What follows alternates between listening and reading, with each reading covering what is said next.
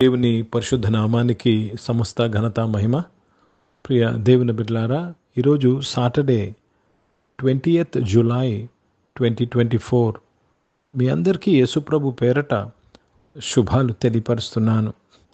దేవుని వాక్యాన్ని మనము చదువుకుందామా? కీర్తనలు 91వ అధ్యాయము 9వ వచనము, సామ్ నంబర్ 91 and verse 9. యెహోవా నీవే నా ఆశ్రయము అని నీవు మహోన్నతుడైన దేవునిని నీకు నివాస స్థలముగా చేసుకుని ఉన్నావు. దేవునికి స్తోత్రము కలుగును గాక. ప్రియ దేవుని బిడ్డలారా, మీరు పైనుంచి మొదటి 8 వచనాలు, if you read verses 1 to 8, you see so many protective blessings. పగలు ఎండ దెబ్బైను, రాత్రి వెన్నెల దెబ్బైను నీకు తగలదు. అర్థమవుతుందండి. తెగులు కానీ లేక ఎగిరే బాణము నీకు హాని చేయదు. ఎంతమంది నీ మీదకి దండేచి వచ్చినాను, ఏ అపాయము నీకు రాదు అని ఈ మాటలన్నీ ఎవరికి ఎందుకు వర్ధిస్తున్నాయి అంటే ఇక్కడ చెప్తున్నాడు, యెహోవా నీవే నా ఆశ్రయం అని నీవు మహోన్నతుని దేవుని నీకు నివాసముగా చేసుకుని ఉన్నావు. దేవునికి స్తోత్రము కలుగునుగాక. You have made God your dwelling place. This is very very important. చాలామందికి ప్రొటెక్టివ్ బ్లెస్సింగ్స్ కావాలి. చాలామందికి భద్రత సంబంధమైన ఆశీర్వాదాలు కావాలి. భద్ర సంబంధమైన ఆశీర్వాదాలకు కారణం ఏంటి తెలుసా? దేవుణ్ణి నువ్వు నివాస స్థలముగా చేసుకున్నప్పుడు, దేవుణ్ణి నువ్వు ఆశ్రయముగా చేసుకున్నప్పుడు, you are protected with the protective blessings of the Lord. అర్థమవుతుందని దేవునికి స్తోత్రముగా నీకు విరోధంగా రూపించమని ఏ ఆయుధము వర్ధలేదు. Protective blessing it comes when your dwelling place is in the Lord. నువ్వు దేవుని యందే జీవిస్తున్నావా? దేవుని యందు జీవించడం అంటే అర్థం ఏంటండి? Let me read this in English before I continue. Sam number 91 and verse 9. Because thou hast made the Lord, who is my refuge, even the Most High, thy habitation or thy dwelling place. Thy dwelling place. దేవునికి స్తోత్రం. కనుక ఇప్పుడు దేవుని నీ నివాసంగా చేసుకోవడం అంటే అర్థం ఏంటి? what does it mean by making God your habitation? దేవుని మాట ప్రకారం జీవించడము, దేవుని మాటలోనే జీవించడం అనేది దేవుని నువ్వు నివాసముగా చేసుకున్నావు. అర్థమవుతుందండి.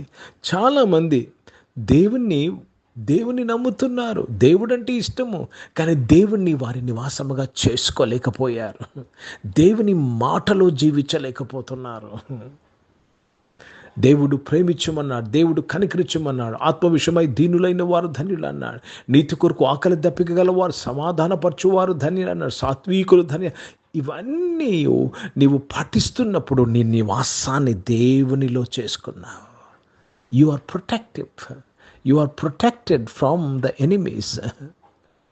కనుక ప్రియ దేవుని బిడ్డలారా, అందుకే కీర్తనకారుడు అంటాడు, తరతరముల వరకు నీవే మాకు నివాసమై ఉన్నావు. You are our dwelling place from everlasting to everlasting. That keeps you protected. That keeps you protected. కనుక ప్రియ దేవుని బిడ్డలారా, దేవునిలో జీవిద్దాం, దేవుని మాటలో జీవిద్దాము, దేవుని మాటను అంగీకరిద్దాము, దేవుని మాటను మనము సాక్ష్యంగా కనపరచుదాము. అప్పుడు నీ నివాసమును దేవుని నివాసముగా, నీ నివాసము దేవుని నివాసం ఒకటైంది. ఇదే గుడారాల పండుగ అంటే. This is called the feast of tabernacles. Hindi में पढ़ेंगे, भजन संहिता 91st चैप्टर और 9 वचन पढ़ रहे हैं. हे यहोवा तू मेरा शरणस्थान ठहरा है, तूने जो परम प्रधान को अपना धाम मान लिया है. प्रभु को धन्यवाद अदा करते हैं. प्रिय भाइयों बहनों, हे यहोवा तू मेरा शरण स्थान ठहरा है. तूने जो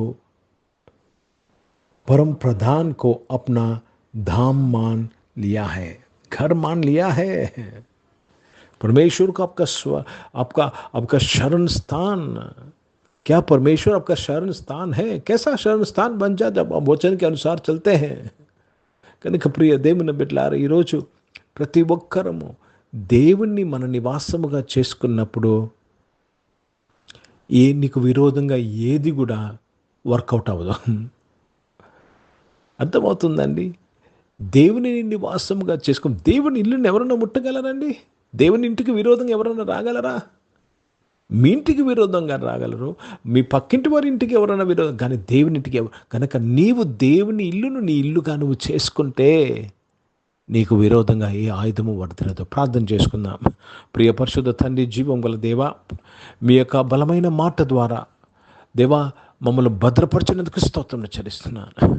దీవించి ఆశీర్వదించడానికి స్తోత్రంలో. అనారోగ్యం వారందరి కొరకు ప్రార్థన చేసిన మీరు ముట్టి స్వస్థపరిచి సంపూర్ణ ఆరోగ్యమును మీరు దయచేసినందుకు స్తోత్రములు చెల్లిస్తున్నాను. మీరు మా అందరికీ చాలిన దేవుడై ఉన్నందుకు మీకు కృతజ్ఞతాస్తుతులు చెల్లిస్తున్నాను. కృపగలిగిన దేవా, మీ నామాన్ని ఘనపరుస్తున్నాను, మీ నామాన్ని కొనియాడుతున్నాను, మీ నామాన్ని మహిమపరుస్తున్నాను. ప్రభా, మీరు మా అందరికీ చాలిన దేవుడై ఉన్నందుకు స్తోత్రములు. దేవా, జాబ్స్లో బిజినెస్లో నీ ఉండి నడిపించి ఆశీర్వదించిన ఆయన నీ కృప దయచేయండి. స్కూల్స్, కాలేజ్, యూనివర్సిటీస్కి వెళ్తున్న వారు, హాస్టల్స్లో చదువుకున్న వారు, విదేశాల్లో చదువుకున్న వారు అందరూ కూడా మీరు దీవించడానికి స్తోత్రం. జాబ్స్ కొరకు ఎదురు చూస్తున్నవారు, జాబ్స్ కొరకు ట్రై చేస్తున్నవారు నాయన నీ కృప పొందుకున్న వారై వారికి జాబ్స్ దొరికినందుకు జాబ్స్ వారు పొందుకున్నందుకు స్తోత్రములు చెల్లిస్తున్నాను. ఈరోజు పుట్టినరోజులు, పెళ్లి రోజు జరిపించుకోవాలి దీవించి మీ దయాకీటం ధరింపచేసి మీ దయలో మనుషుల దయలో వర్ధలింపచేసి కాపాడినందుకు స్తుతులు స్తోత్రాలు చెల్లిస్తూ తండ్రి మీ నామాన్ని మాత్రమే మహిమపరుస్తున్నాను. ఈ సమయంలో రక్షకుడా, జీవం గల దేవా, నువ్వు గొప్ప దేవుడివి, గొప్ప కార్యాలు చేసిన వాడివి, సహాయం చేసే దేవుడివి. సహాయం చేయండి నాయన. సహాయం చేసినందుకు స్తోత్రంలో నాయన. పరిచయం చేసిన ప్రతి ఒక్కరిని దీవించండి అయ్యా. దేవా, నిన్ను నివాసంగా చేసుకుని పరిచర్యకు సహాయం చేయండి. భారతదేశం కొరకు, భారతదేశ రక్షణ కొరకు ప్రార్థన చేస్తుండగా మీరు దీవించినందుకు స్తోత్రం. ఇజ్రాయెల్ దేశం కొరకు, యెరూషలేముకు శాంతి సమాధానం కొరకు ప్రార్థన చేస్తుండగా మీరు దీవించమని, ప్రపంచంలో మీ సమాధానం కొరకు ప్రార్థన చేస్తూ యేసుక్రీస్తు పరిశుద్ధ నామమున ప్రార్థన అంతయు అడిగి వేడుకొని పొంది ఉన్నాం తండ్రి. ఆమెను పరలోకమందు మా తండ్రి, మీ నామం పరిశుద్ధపరచబడును గాక, మీ రాజ్యము వచ్చును గాక, మీ చిత్తం పరలోకమందు నెరవేర్చబడుతున్నట్లు భూమి మీద నెరవేర్చబడును గాక. మాకు కావాల్సిన ఆహారమును మాకు దయచేయం. మళ్ళీ అపరాధము చేసిన వారిని మేము క్షమించిన ప్రకారం క్షమించు. మమ్మల్ని శోధన దగ్గరికి తప్పించము, ఎందుకంటే రాజ్యము, శక్తి, మహిమ నిరంతరం నీవై ఉన్నవి తండ్రి. ఆమేన్. ఇప్పుడు మన పరమ తండ్రి అయిన దేవుని ప్రేమ, ప్రభువైన యేసుక్రీస్తు వారి కృప, పరిశుద్ధాత్మిక అనుని సహవాసం ఆరాధనలో పాల్గొన్న ప్రతి ఒక్కరితో, ప్రార్థన చేపిన అంశములతో, సంఘముతో ఇప్పుడు ఎల్లప్పుడూ సదా తోడయుండును గాక. ఆమేన్. దేవునికి స్తోత్రం. అందరికీ వందనాలండి. God bless you and praise the lord.